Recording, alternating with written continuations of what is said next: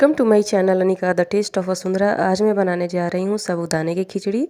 साबूदाने की खिचड़ी के लिए मैंने यहाँ पे 2 कप साबूदाना ले लिया है। ये साबूदाना मोटा है और इसे मैं अच्छी तरह से 2 बार यहाँ पे धो रही हूँ।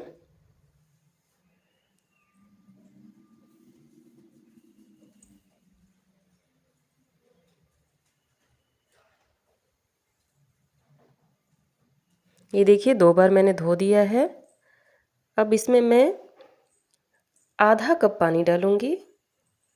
ये देखिए इस तरह से साबूदाना के लेवल तक ही मैंने यहाँ पे पानी डाला है, ताकि ये ज़्यादा हमारा साबूदाना जो है गीला ना हो जाए या टूटे नहीं। ये देखिए इस तरह से हमारा साबूदाना, इसमें मैंने पानी डाल दिया है, इसको ढक दिया है और रात भर मैंने इसे ढक के छोड़ दिया था। अभी देखिए सुबह हो गया है। सुबह में इसका टेक्सचर इस तरह से आ गया है।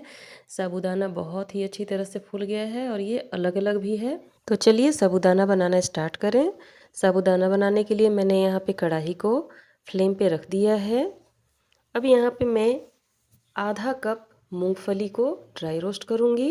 ये देखिए मैंने मूंगफली को डाल दिया है ड्राई रोस्ट करने के लिए। इसे ड्राई रोस्ट कर लेंगे। ये देखिए मूंगफली हमारा ड्राई रोस्ट हो चुका है। अब यहाँ पे मैंने धनिया के पत्ते को काट लिया है, 1 टमाटर ले लिया है, 2 हरी मिर्च को काट लिया और थोड़ा सा करी लीफ ले लिया है, 4 छोटे छोटे मैंने आलू ले लिए हैं। अब मैं कढ़ाई में घी डाल रही हूँ। ये घी जो है 1/4 कप के बराबर है। आप कोई अलग तेल भी यूज कर सकते हैं। इसमें मैंने जीरा डाल दिया है। जीरा जो है हमारा लाल हो चुका है। अब इसमें मैं करी लीफ, हरी मिर्ची को भी डाल दी हूँ और इसमें मैं चारों आलू को इस तरह से रफली इस तरह से मैंने डाल दिया है। अब इसे मैं थोड़ी देर तक फ्राई करूँगी।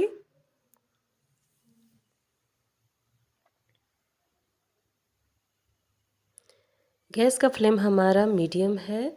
इसमें मैंने थोड़ा सा कटा हुआ धनिया भी डाल दिया है और थोड़ा सा 2 मिनट फ्राई करने के बाद मैंने यहाँ पे 1 टमाटर जो मैंने लिया था उसे चॉप करके मैंने डाल दिया है। टमाटर को मैंने रफली ही चॉप किया है।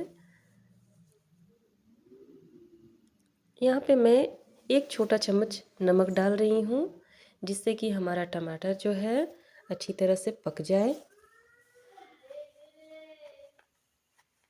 और इसे 2-3 मिनट तक इस तरह से हम लोग कुक कर लेंगे, फ्राई करेंगे। ये देखिए ये अच्छी तरह से हमारा कुक हो चुका है। अब इसमें हम साबूदाना डाल देंगे। साबूदाना देखिए मैंने डाल दिया है यहाँ पे। अब इसे भी हम 2-3 मिनट 4 मिनट तक अच्छे से फ्राई करेंगे।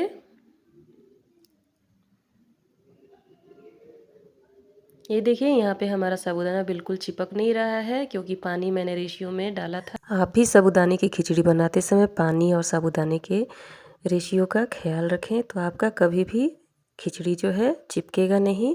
ये देखिए मूंगफली हमारा ठंडा हो चुका है और इसके मैंने छिलके निकाल लिए हैं। यहाँ पे मैं फिर से थोड़ा सा नमक डाल रही हूँ, क्योंकि साबूदाने को मैंने इसमें डाल दिया है। तो यहाँ पे थोड़ा सा आप भी जब बनाएं तो इस फेज में आप भी थोड़ा सा नमक ऐड कर लें। आप अपने स्वाद अनुसार नमक डालें।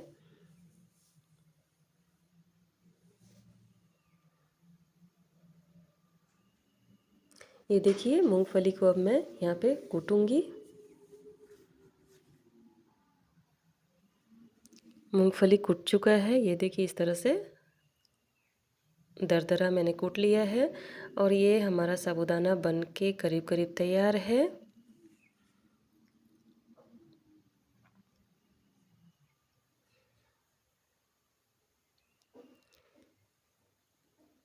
अब इसमें मैं कूटे हुए मूंगफली को मैंने डाल दिया है और इसे थोड़ा सा मैंने यहाँ पे चला दिया है। चलाने के बाद इसमें अब थोड़ा सा मैं कटे हुए धनिए को डालूंगी और गैस की फ्लेम को मैं ऑफ़ कर दूंगी।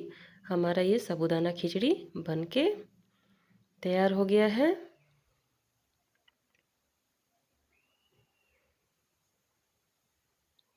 ये देखिए मैंने धनिया के पत्ते को डाल दिया है।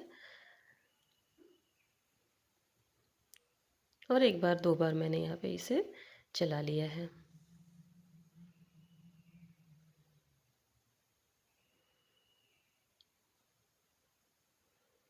गैस की फ्लेम को मैंने ऑफ़ कर दिया है। तो इस तरह से हमारा साबूदाना का खिचड़ी बन के तैयार है। आप भी अगर कभी भी आपको साबूदाने की खिचड़ी खाने का मन करे तो इस तरह से आप अपने घर में साबूदाने की खिचड़ी बनाइए, खाइए। इसे व्रत त्योहार में बहुत अच्छे से हम लोग खा सकते हैं। इसकी टेस्ट काफ़ी अच्छी होती है। इस तरह से आप भी साबूदाने की खिचड़ी घर में बनाएं और मेरे इस चैनल को सब्सक्राइब करना ना भूलें। थैंक यू, धन्यवाद।